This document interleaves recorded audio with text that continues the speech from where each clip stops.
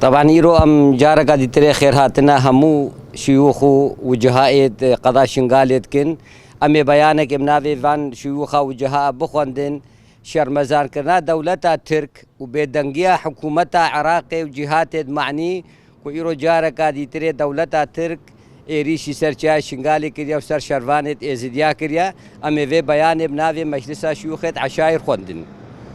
باسم الخالق العظيم إلى الرأي العام العالمي والجهات المعنية بحقوق الإنسان، إلى مجلس الأمن الدولي، إلى الحكومة الاتحادية والجهات المعنية بحماية سيادة وأمن العراق. الموضوع بيان صادر من مجلس شيوخ ووجهاء منطقة سنجار.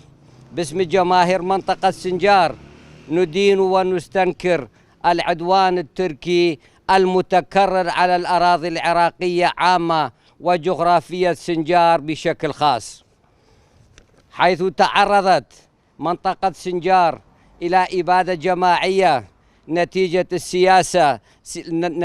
لسياسة الدولة العراق الخاطئة وسوء إدارة الدولة من قبل السياسيين وفق النظام المحاصصة الطائفية، وبعد هزيمة الجيش العراقي وانسحاب قوات البيشمركة الكردية من المنطقة، بحيث وقفنا بوجه الإرهاب الدولي المتمثل بتنظيم داعش، وقمنا بتشكيل قوات شعبية المتمثلة بوحدات مقاومة سنجار للدفاع عن أرض العراق وحماية الشعب في سنجار وباقي المناطق.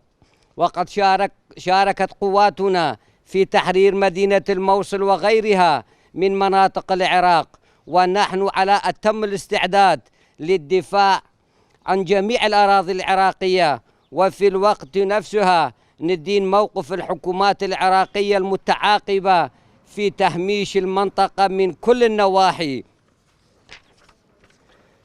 وكذلك تواطؤ الحكومة الاتحادية مع ضربات القصف التركي والاعتداءات المتكررة على منطقة سنجار.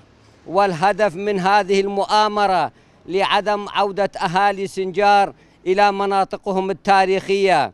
عليه نرفض وبشدة جميع المؤامرات ضد الشعب الأيزيدي وتهميش دورهم في بلدهم. نطالب الجهات المعنية الاهتمام بموضوع المختطفات الأيزيديات والمقابر الجماعية في سنجار.